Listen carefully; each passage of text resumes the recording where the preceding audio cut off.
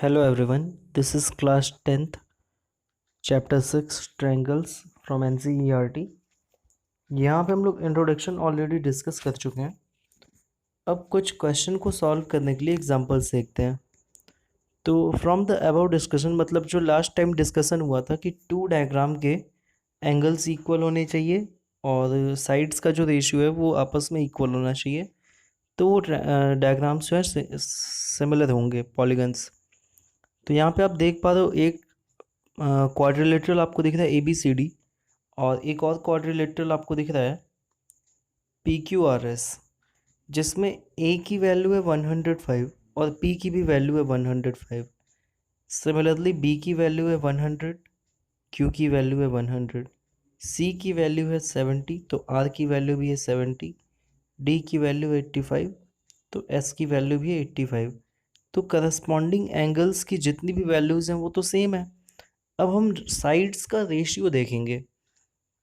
अगर मैं कहता हूँ AB upon PQ is equal to BC upon QR is equal to CD upon RS is equal to DA upon SP, तो यहाँ से निकलेगा 1.5 अपॉन 3.0 जो कि 1.5 का डबल है यानी 1/2।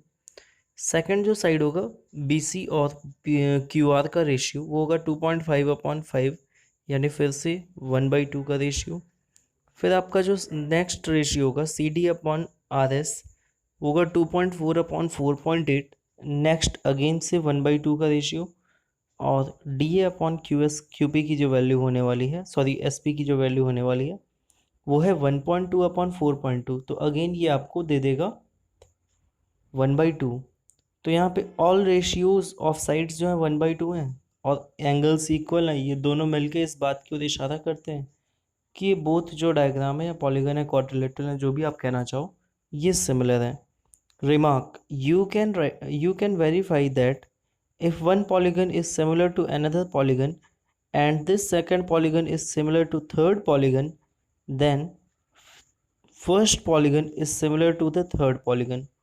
यहाँ पे आपको रिमार्क में एक छोटी सी स्पेशल प्रॉपर्टी बताई गई है सिमिलैरिटी की, कि अगर 3 डायग्राम्स हैं and first diagram is similar to second, second is similar to third, then first is similar to third.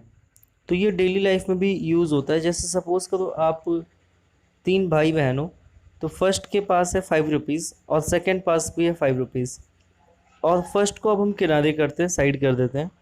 अब हम देखते हैं कि सेकंड और थर्ड के पास कितने कितने रुपीज़ हैं और दोनों के पास 5 रुपीज़ हों, तो फर्स्ट और थर्ड के पास इक्वल रुपीज़ होंगे यानी 5 रुपीज़ होंगे। तो ये सिमिलैरिटी का एक छोटा सा कॉन्सेप्ट है कि इसको लॉ ऑफ ट्रांजिटिविटी कहते हैं, यानी कि फर्स्ट का सेकंड के इक्वल होना और सेकंड का थर्ड के इक्वल होना, तो फाइनली फर्स्ट का थर्ड के इक्वल हो जाना। अगेन आपके पास एक और एग्जांपल है। You may note that in the two quadrilaterals a square and a rectangle figure 6.6 corresponding angles are equal but their corresponding sides are not equal, are not in the same ratio। अब फिर नीचे मैं आपको पढ़ के read करके सुना देता हूँ, फिर एक्सप्लेन करता हूँ। So the two quadrilaterals are not similar. Similarly, you may note that in the two quadrilateral, a square and a rhombus, in the next figure, corresponding sides are in same ratio but their corresponding angles are not equal. Again, two polygons are not similar. यहाँ पे आपको ये समझाया जा रहा है कि sides और एंगल्स टू थिंग्स हमें इक्वल देखने हैं, बट सिर्फ इतना देख लेना कि एंगल इक्वल है, ये इस बात की कंफर्मेशन नहीं है कि टू पॉलीगन सिमिलर होंगे। अब देखो आपके सामने एक क्वाड्रिलेटरल है और एक स्क्वायर है। फर्स्ट है स्क्वायर, सेकंड है क्वाड्रिलेटरल।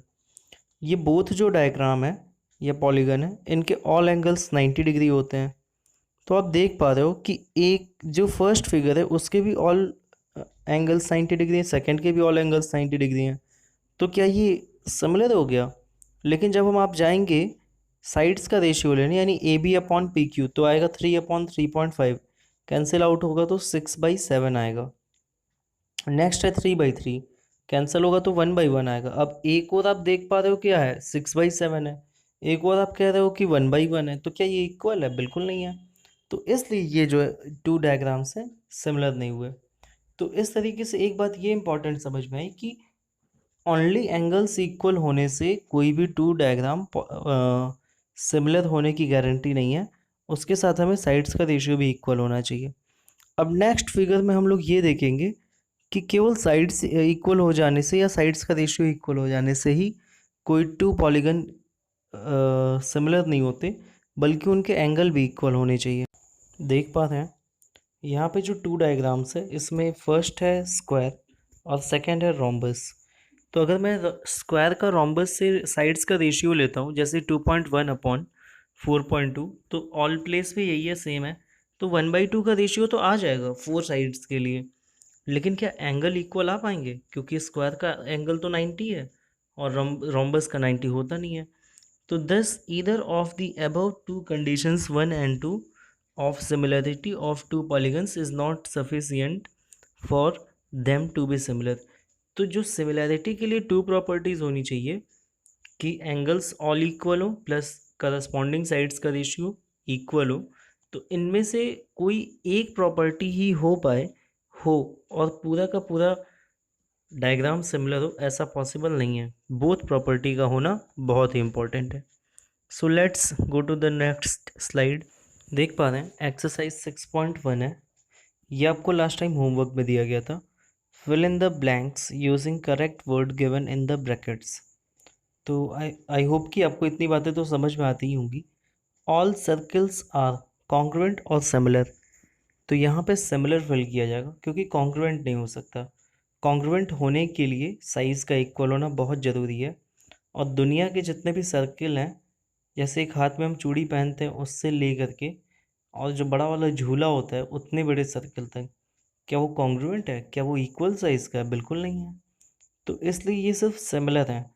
अगला क्वेश्चन है all squares are, again similar होगा, कॉन्ग्रुएंट नहीं हो सकता क्योंकि जितने भी स्क्वायर हैं उनके साइड्स इक्वल हों एक दूसरे स्क्वायर के, ये ज़रूरी नहीं है, तो इसलिए ये सिमिलर होगा। नेक्स्ट है कि all dash triangles are similar, किस तरह के ट्रायंगल्स सिमिलर होते हैं?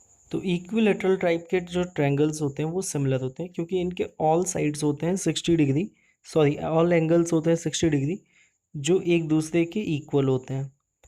तो फिर अगला क्वेश्चन है question number 4, two polygons of number same number of sides are similar if a their corresponding angles are, तो एंगल्स इक्वल होने चाहिए, and b their corresponding sides are proportional या इक्वली प्रोपोर्शनल होने चाहिए, मतलब उनका रेशियो जो है वो हर जगह सेम होना चाहिए।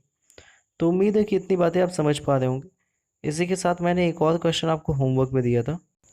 क्वेश्चन नंबर 2 है give two different examples of pair of similar figures and non similar figures. मतलब 2 एग्जांपल आपको देने हैं जिसमें पेयर ऑफ सिमिलर फिगर्स हो और नॉन सिमिलर फिगर्स हो। तो इसका फर्स्ट पार्ट आप देख पा रहे हैं, 2 इक्विलेटरल ट्रायंगल है जिनके साइड्स 1 है, मतलब फर्स्ट ट्रायंगल का साइड 1 है, ऑल साइड्स 1 है, और सेकंड ट्रायंगल का साइड 2 है, यानी सेकंड ट्रायंगल के ऑल साइड्स 2 हैं। और जाहिर सी बात है कि अगर इक्विलेटरल ट्रायंगल होगा तो 60 डिग्री तो इसका एंगल होना ही होना है। तो यहाँ से ये जो 2 इक्विलेटरल ट्रायंगल्स हैं ये सिमिलर आ गए एक दूसरे के।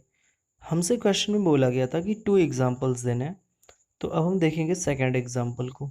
सेकंड एग्जाम्पल यहाँ पे है एक सिमिलर डायग्राम का, 2 स्क्वायर्स हैं। फर्स्ट स्क्वायर का रेशियो साइड से 1 सेंटीमीटर और सेकंड स्क्वायर के साइड से 2 सेंटीमीटर। तो इनके एंगल्स भी 90 डिग्री होंगे और इनका जो साइड्स का रेशियो वो भी इक्वल होगा। यहाँ पे आप देख पा रहे हैं सेकंड जो एग्जाम्पल है ट्रेपीजियम एंड स्क्वायर। यहाँ पे हमको 2 एग्जाम्पल देने थे जो कि सिमिलर न हो। तो फर्स्ट एग्जांपल उसका ये है कि एक ट्रेपेजियम लिया गया और एक स्क्वायर लिया गया, दोनों ही आपस में सिमिलर नहीं है क्योंकि इनके ना तो साइड्स का रेशियो इक्वल मिलेगा और ना ही इनके एंगल्स इक्वल मिलेंगे।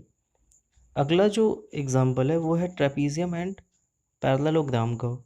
ये तो पूरी तरह से ही सिमिलर नहीं है क्योंकि इनके साइड्स का रेशियो और एंगल का रेशियो बिल्कुल ही मैच नहीं करेगा। तो उम्मीद है कि इतनी बातें आप समझ पा रहे होंगे। इसके लिए क्लास 9th का भी थोड़ा बहुत ज्ञान होना चाहिए क्योंकि वहाँ पे जो आपने पढ़ा है वो यहाँ पे बहुत काम आने वाला है। हालांकि ये बात अलग है कि क्लास 9th में सिर्फ हमने कॉन्ग्रुएंसी के बारे में पढ़ा था, यहाँ पे सिमिलैरिटी के बारे में हम लोग मेन फोकस कर रहे होंगे. So thank you for attending this session. Please solve some new questions. Tomorrow we will discuss some new questions.